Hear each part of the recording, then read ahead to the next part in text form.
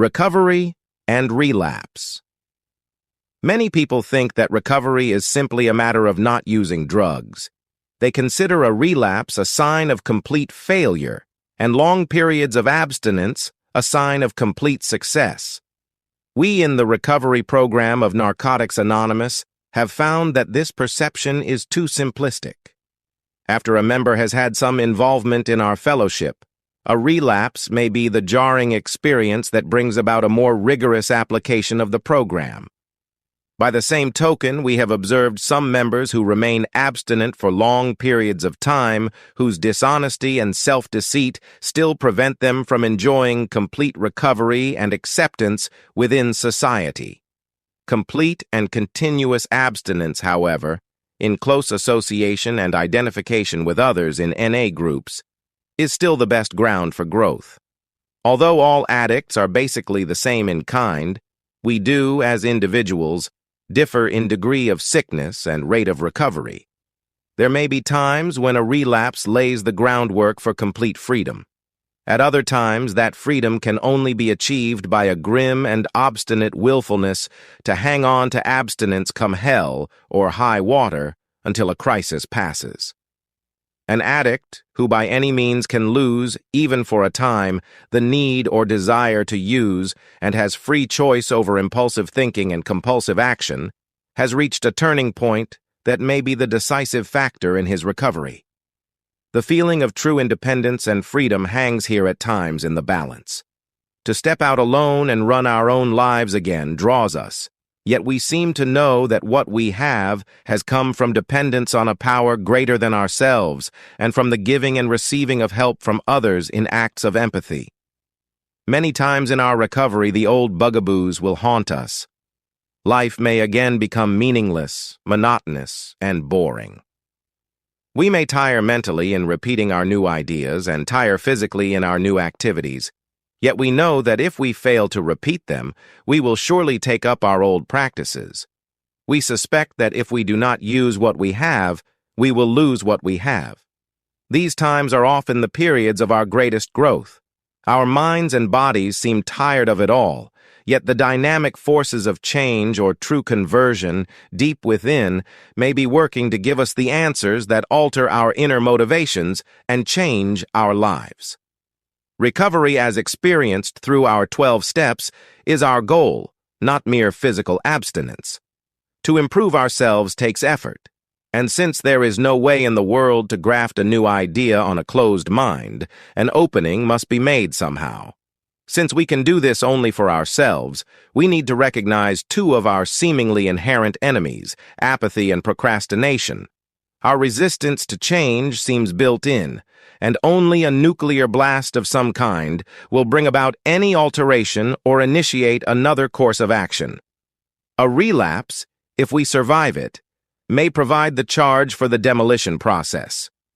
A relapse and sometimes subsequent death of someone close to us can do the job of awakening us to the necessity for vigorous personal action.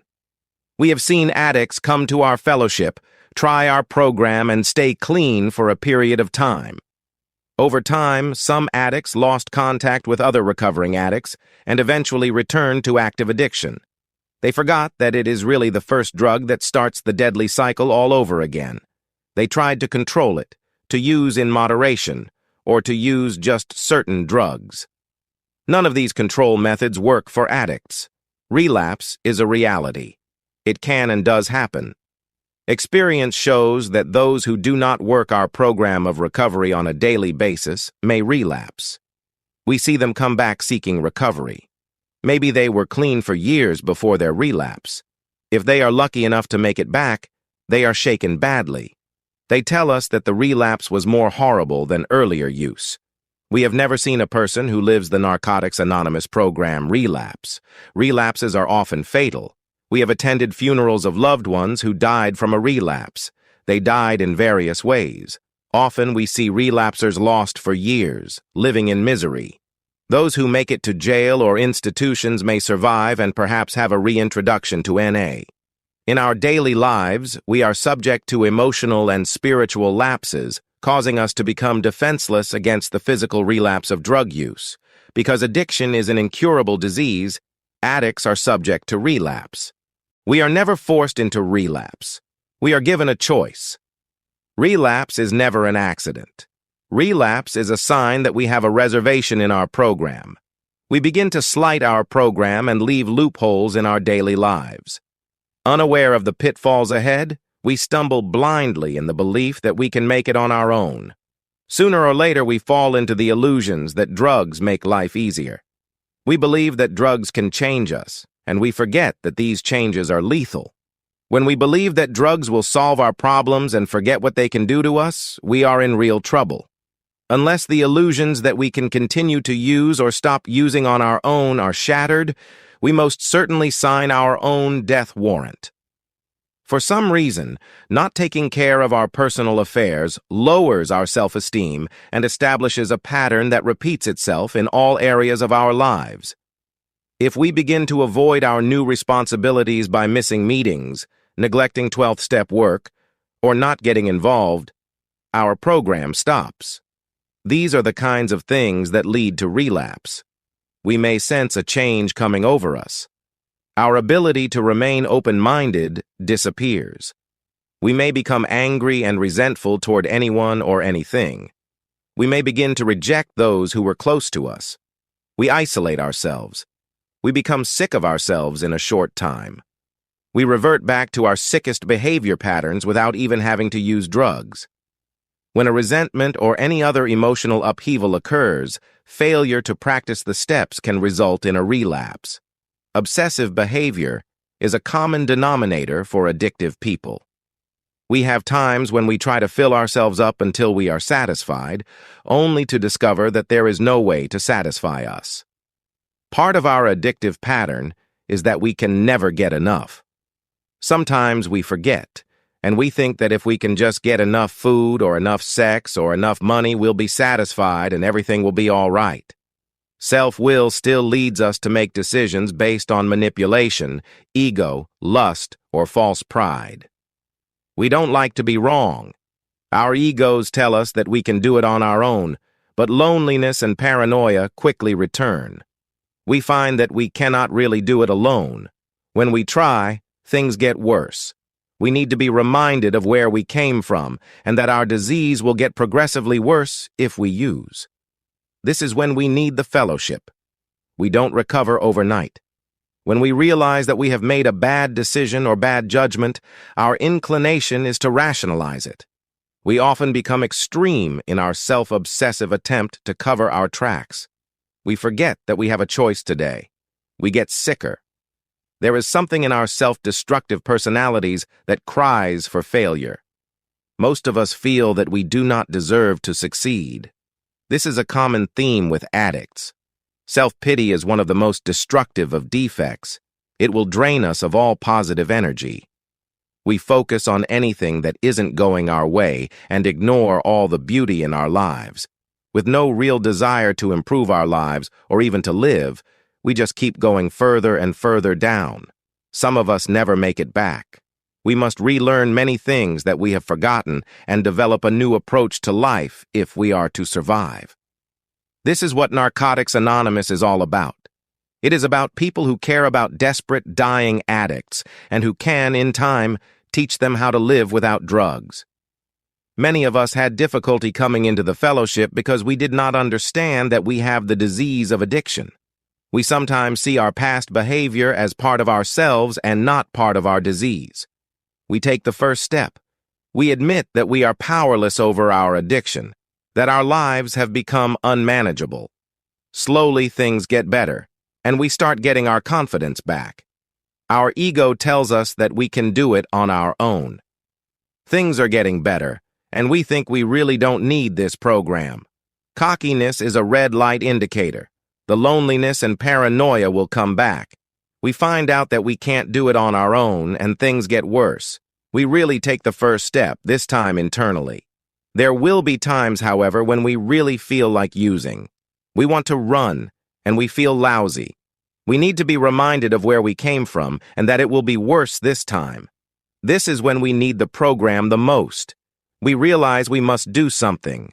When we forget the effort and the work that it took us to get a period of freedom in our lives, a lack of gratitude sinks in, and self-destruction begins again. Unless action is taken immediately, we run the risk of a relapse that threatens our very existence. Keeping our illusion of reality, rather than using the tools of the program, will return us to isolation. Loneliness will kill us inside, and the drugs that almost always come next may do the job completely. The symptoms and the feelings that we experienced at the end of our using will come back even stronger than before. This impact is sure to destroy us if we don't surrender ourselves to the NA program. Relapse can be the destructive force that kills us or leads us to the realization of who and what we really are. The eventual misery of using is not worth the temporary escape it might give us. For us to use is to die, often in more ways than one. One of the biggest stumbling blocks to recovery seems to be placing unrealistic expectations on ourselves or others. Relationships can be a terribly painful area. We tend to fantasize and project what will happen. We get angry and resentful if our fantasies are not fulfilled. We forget that we are powerless over other people. The old thoughts and feelings of loneliness, despair, helplessness, and self-pity creep in. Thoughts of sponsors, meetings, literature, and all other positive input leave our consciousness. We have to keep our recovery first and our priorities in order. Writing about what we want, what we are asking for, what we get, and sharing this with our sponsor or another trusted person helps us to work through negative feelings. Letting others share their experience with us gives us hope that it does get better.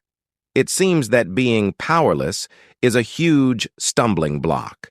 When a need arises for us to admit our powerlessness, we may first look for ways to exert power against it. After exhausting these ways, we begin sharing with others and we find hope. Attending meetings daily, living a day at a time, and reading literature seems to send our mental attitude back toward the positive. Willingness to try what has worked for others is vital. Even when we feel that we don't want to attend, meetings are a source of strength and hope for us. It is important to share our feelings of wanting to use drugs.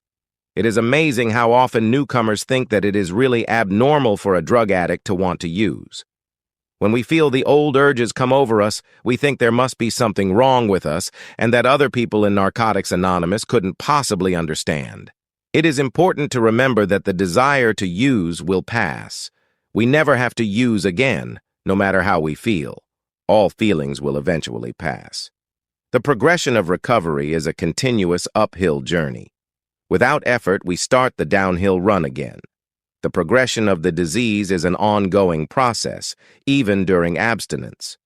We come here powerless, and the power that we seek comes to us through other people in Narcotics Anonymous, but we must reach out for it. Now clean and in the fellowship, we need to keep ourselves surrounded by others who know us well.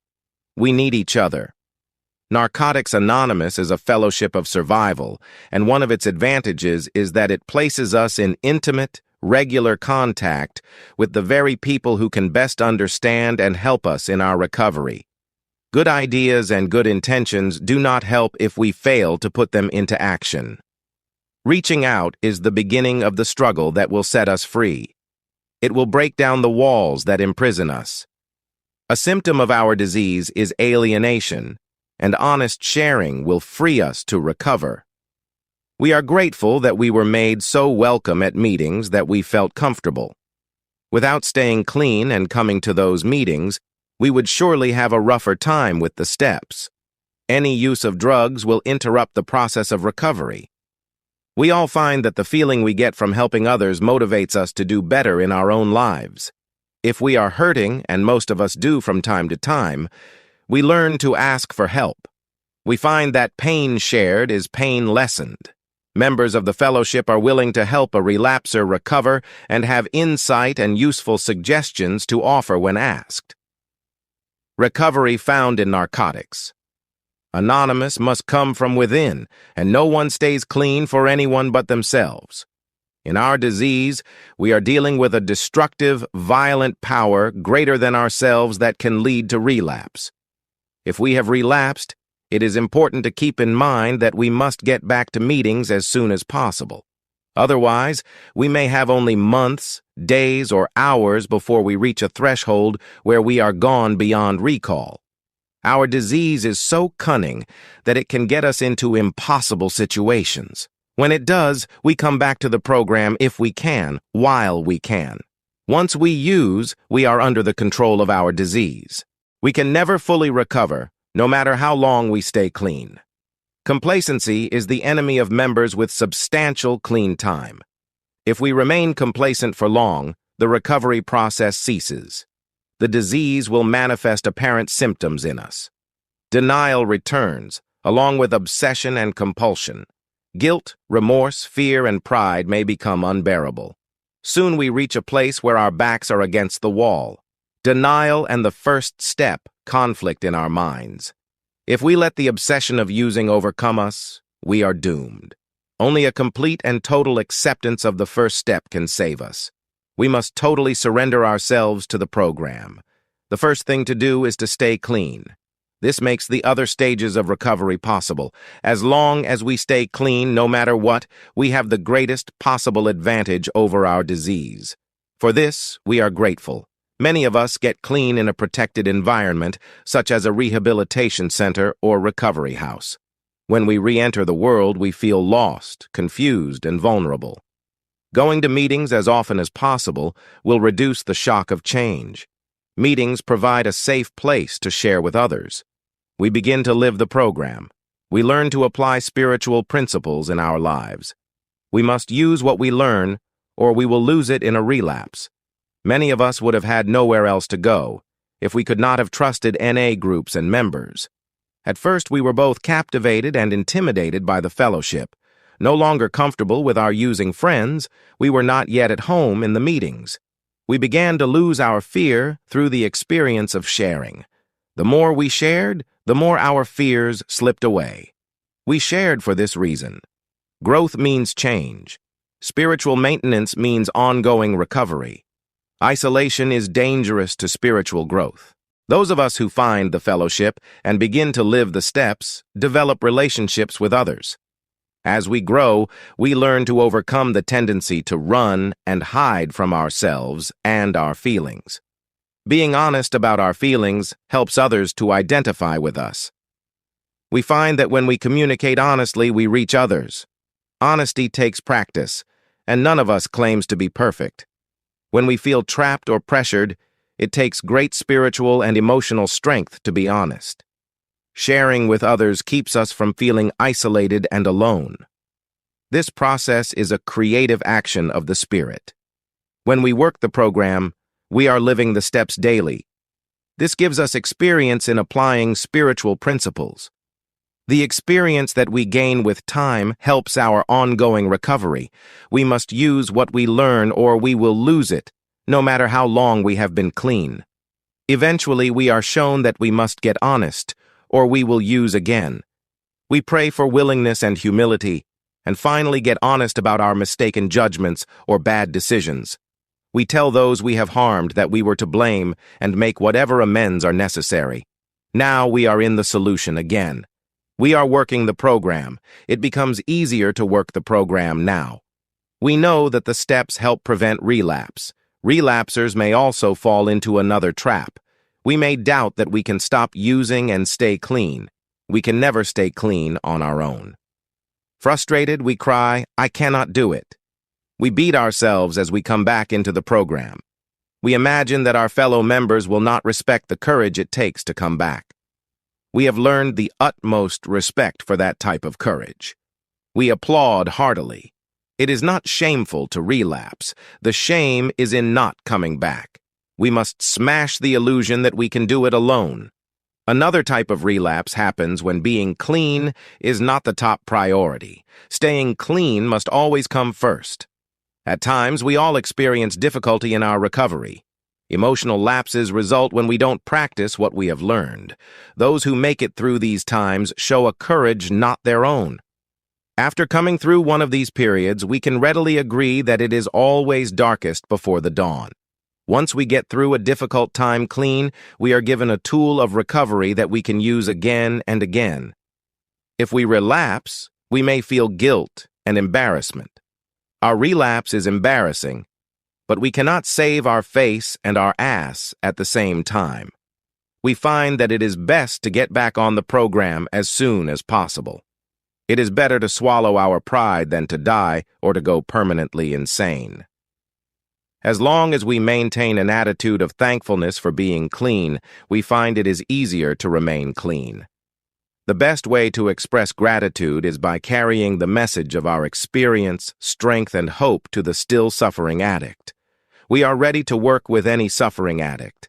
Living the program on a daily basis provides many valuable experiences. If we are plagued by an obsession to use, experience has taught us to call a fellow recovering addict and get to a meeting. Using addicts are self-centered, angry, frightened, and lonely people. In recovery, we experience spiritual growth. While using, we were dishonest, self-seeking, and often institutionalized. The program allows us to become responsible and productive members of society. As we begin to function in society, our creative freedom helps us sort our priorities and do the basic things first. Daily practice of our 12-step program enables us to change from what we were to people guided by a higher power. With the help of our sponsor or spiritual advisor, gradually we learn to trust and depend on our higher power.